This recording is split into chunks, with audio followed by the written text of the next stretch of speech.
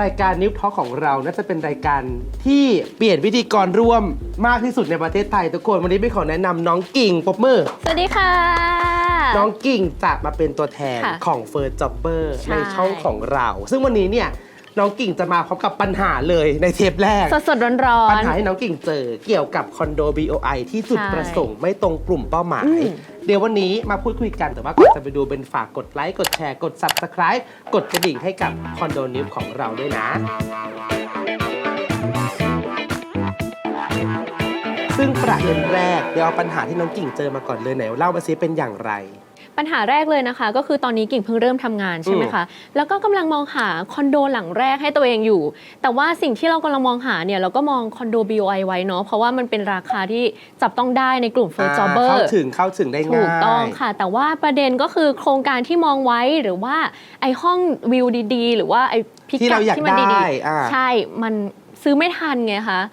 คือแต่ปัญหาไม่ได้จบแค่นั้นอีกเพราะว่าพอเราลองไปเช็คในเว็บต่างๆอ่ะมันมีห้องเหล่านี้อยู่อ่ะดูแหละก็คือหน้าโครงการอ่ะหมดแล้วแต่พอลองเช็คปุ๊บเฮ้ยมีคนเอาห้องออกมารีเซลเต็มไปหมดเลยมันอัพราคาขึ้นถูกต้องมันกลายเป็นแบบราคาประมาณนี้มันก็ไม่ค่อยตอบโจทย์ BOI แล้วไงคะก็เลยรู้สึกแบบมันยังไงดีอ่ะมันก็เหมือนกับว่า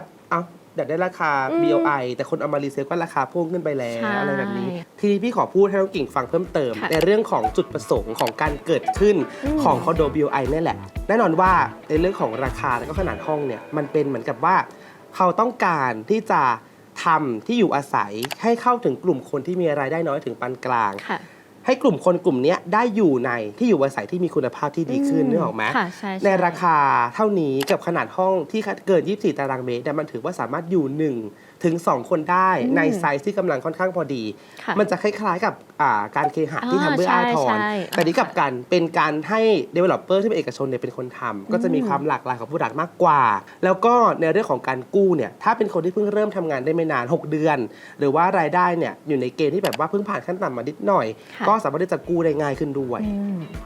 จริงๆปัญหาหลักๆเลยนะคะก็มีอยู่2อย่างค่ะพี่เบนอย่างแรกเลยคือมองว่าเวลาเราจะซื้อคอนโด BOI เนี่ยแล้วเราแบบว่าต้องมาผ่านคนกลาง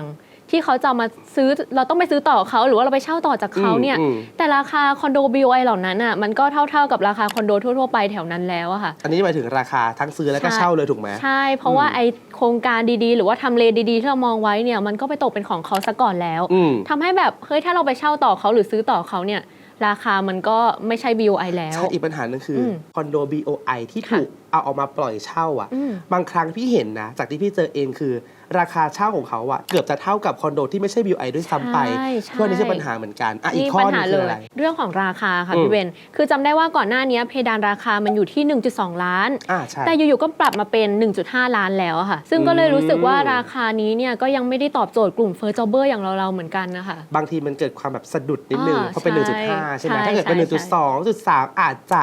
เขาเรียกว่าหลวมกว่าใช่ค่ะโอเคถ้าให้พูดถึงเป็น point หลักๆเลยพี่รู้สึกว่าเวลาที่ developer เขาจะทำคอนโด BOI เนี่ยกลุ่มคนกลุ่มแรกที่จะรู้ข่าวจะไม่ใช่น้องกิ่งจะไม่ใช่กลุ่มเป้าหมาย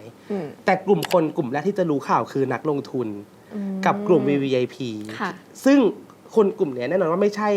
target หลักของคอนโด BOI แน่นอนเพราะเขาไม่ใช่คนกลุ่มที่มีรายได้แบบน้อยใช่ไหมถ้าเกิดเป็นโครงการที่มียูนิตสัก200-300อย่างเงี้ยอาจจะซื้อไปได้เกือบ 50% ของโครงการด้วยซ้ำไปนั่นแปลว่าห้องที่จะหลุดมาถึงกลุ่มเป้าหมายจริงๆจะน้อยลงนี้ก็จะเป็นปัญหาเหมือนกันซึ่งพี่มองว่าการลงทุนมันก็ไม่ได้ผิดมันก็เป็นการแบบลงทุนรูปแบบหนึ่งใช่ไหมใครก็ทำได้แต่อาจจะต้องไปแก้ปัญหาที่ระบบหรือเปล่าซึ่งปัญหาเชิงโครงสร้างที่เรากำลังพูดถึงเมื่อสักครู่นี้เนี่ยพี่รู้สึกว่าน้องกิ่งก็จะคิดเหมือนพี่ว่าน่าจะต้องมีหน่วยงานหรือว่ามีองค์กรหรือมีใครสักคนเนี่ยเข้ามาทำให้คอนโด BOI ที่กำลังไม่ตรงกลุ่มเป้าหมายเนี่ยส่งไปถึงมือของผู้ที่ต้องการจริงๆเราลองตั้งกติกาบางอย่างไหมเป็นข้อตกลงร่วมกันอย่างเช่นการกำหนดยูนิตค่ะว่าโอเคจำนวนเท่านี้เนี่ยให้สำหรับคนที่แบบว่ากลุ่มนี้เลยโดยเฉพาะกลุ่มที่เป็นกลุ่มเป้าหมายจริงๆโดยเฉพาะเลยใช่กลุ่มเป้าหมายจริงๆโดยเฉพาะหรือว่าเราจะมาลองเช็คจำนวนทรัพย์ที่ถือครองอยู่ไหมว่าการที่จะเป็นบ้านหลังแรกเนี่ยกติกานี้ก็ดูน่าสนใจดีนะคะพี่เข้าใจแล้วน้องกิ่งจะให้แก้ปัญหาด้วยการเช็คผู้ที่จะซื้อด้วยอย่างเช่นว่าเขามีรายได้เท่าไหร่ถือครองทรัพย์อยู่แค่ไหนแล้วถ้าเกิดเป็นบ้านหลังแรกเนี่ยก็จะมีสิทธิ์ที่จะกู้ซื้อได้ เหมือนกับว่าสะดวกกว่า ค่ะ ได้ง่ายกว่า หรือต่อ ไหม ให้เราไม่ได้เป็นคนที่จะซื้อได้แต่เราไปเช่าในคอนโด BOI อะค่ะ อืม ก็อยากจะให้ไอสิ่งที่มันผ่านคนกลางไปแล้วอะค่ะ ออกราคามาให้มันยังตอบโจทย์ BOI อยู่อะค่ะ คือราคาเช่าควรจัดสัมพันธ์กับ ใช่ ราคาซื้ออันนี้ ถูก ดี ค่ะ มากเลยใช่ อืม ปัญหานี้คือปัญหาที่แบบเจอกันเยอะเหมือนกันคือ ค่ะ ราคาเช่าไม่ได้ถูกควบคุมเนอะ ถูกต้อง มันเป็นราคาที่จะต้องควบคุมกันเองในโครงการ อืม นักลงทุน ใช่ จะ ค่ะ เป็นแบบดูเพื่อนเอาว่าเพื่อนปล่อยเท่าไหร่เขาจะปล่อย ใช่ แค่แบบให้มันไม่คล้ายกันมากอะไร ค่ะ แบบนี้น้องกิ่งให้ประเด็นมาค่อนข้างดีมากทีเดียวทุกคน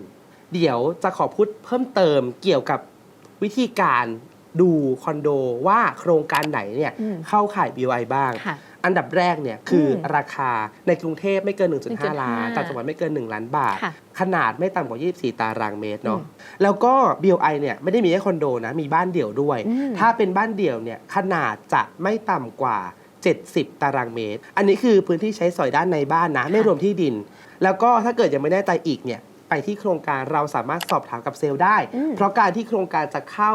โครงการ BOI ไหมเนี่ยไม่ใช่ความลับ อืม เราสามารถสอบถามสามารถที่จะแบบพูดคุย ค่ะ ได้เลยตรงๆได้เลยว่าอันนี้ BOI หรือเปล่า ราคาเท่าไหร่ขนาดห้องเท่าไหร่คือถามได้หมดเลยครับ ทีนี้เรื่องของทำเลถามน้องกิ่งก่อน ค่ะ คอนโด BOI ที่น้องกิ่งไปดูไปซื้อไปหาซื้อมาเนี่ยเป็นคอนโดทำเลไหน ที่เริ่มหาเลยคือแบบไปดูแถวชานเมืองเลยค่ะ แบบนอกรอบกรุงเทพไปเลยอะไร คุก เงี้ โค้ ย ด ใช่อย่างนั้นเลย เคหะ อืม บางบัวทองอะไร อย่าง ใช่ไหม นั้น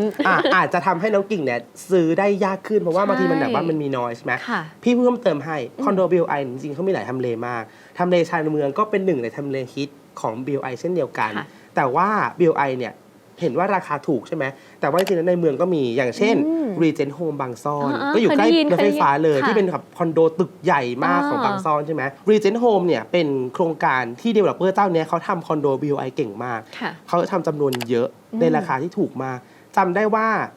ดีเจนโฮมบางซ่อนเนี่ยตอนเปิดตัวราคาไม่ถึงล้าน ตอนนี้ขายกันอยู่1.6 ล้าน7คิดดูกันแล้วกันว่าราคาขึ้นขนาดไหน ใช่ เขาเลยมาทำอีกที่บางนาเนี่ยเขาก็เก่งมากก็ ค่ะ อาจจะให้ใครที่อยากได้คอนโด BOI เนี่ยแล้วกังวลว่าเฮ้ยมันจะยูนิตมันจะน้อยจะซื้อทันไหมรีเจนเนี่ยปัญหานี้ไม่มีแน่นอนเพราะว่าเขายูนิตเยอะมาก อีกแบบหนึ่งก็คือเป็นตึกเล็กไปเลยอย่างเช่น เสนาคิด อันนี้ก็เป็นอีกแบรนด์หนึ่งนะทุกคนที่ฮิตเหมือนกันในหมู่ของ affordable condo คอนโดราคาที่จับต้องได้ง่าย ก็จะอยู่ตามนิคมต่างๆ อยู่ตามชานเมืองหน่อย อีกแบรนด์หนึ่งที่จะคุ้นหูคือพลัมคอนโด พลัมคอนโดของพฤกษาก็จะไม่ได้ชานเมืองมาก ค่ะ สะพานใหม่ยังมีอยู่ ก็จะเป็นแบบคอนโดที่ราคา BOI เช่นเดียวกันทุกคนก็จะให้ดูแบบเทียร์ประมาณนี้ไปประมาณนี้ก็จะได้ห้องที่คุณภาพดีในราคาที่สมเหตุสมผลด้วย ค่ะ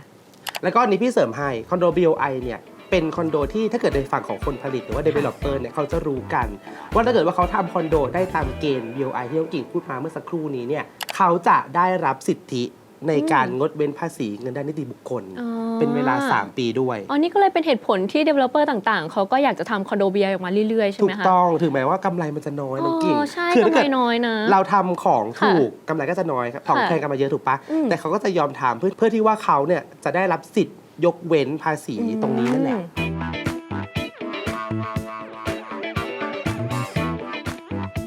และนี่คือเรื่องราวของประเด็นคอนโด BOI ที่จุดประสงค์ไม่ตรงกลุ่มเป้าหมายนะคะ โดยเหตุผลที่เรายกประเด็นนี้ขึ้นมา เพราะเราอยากให้คอนโด BOI ไปถึงกลุ่มเป้าหมายอย่างแท้จริงค่ะ ถ้าชอบคลิปนี้นะคะ ก็อย่าลืมกดไลค์ กดแชร์ และกด Subscribe ติดตามคอนโดนิวด้วยนะคะ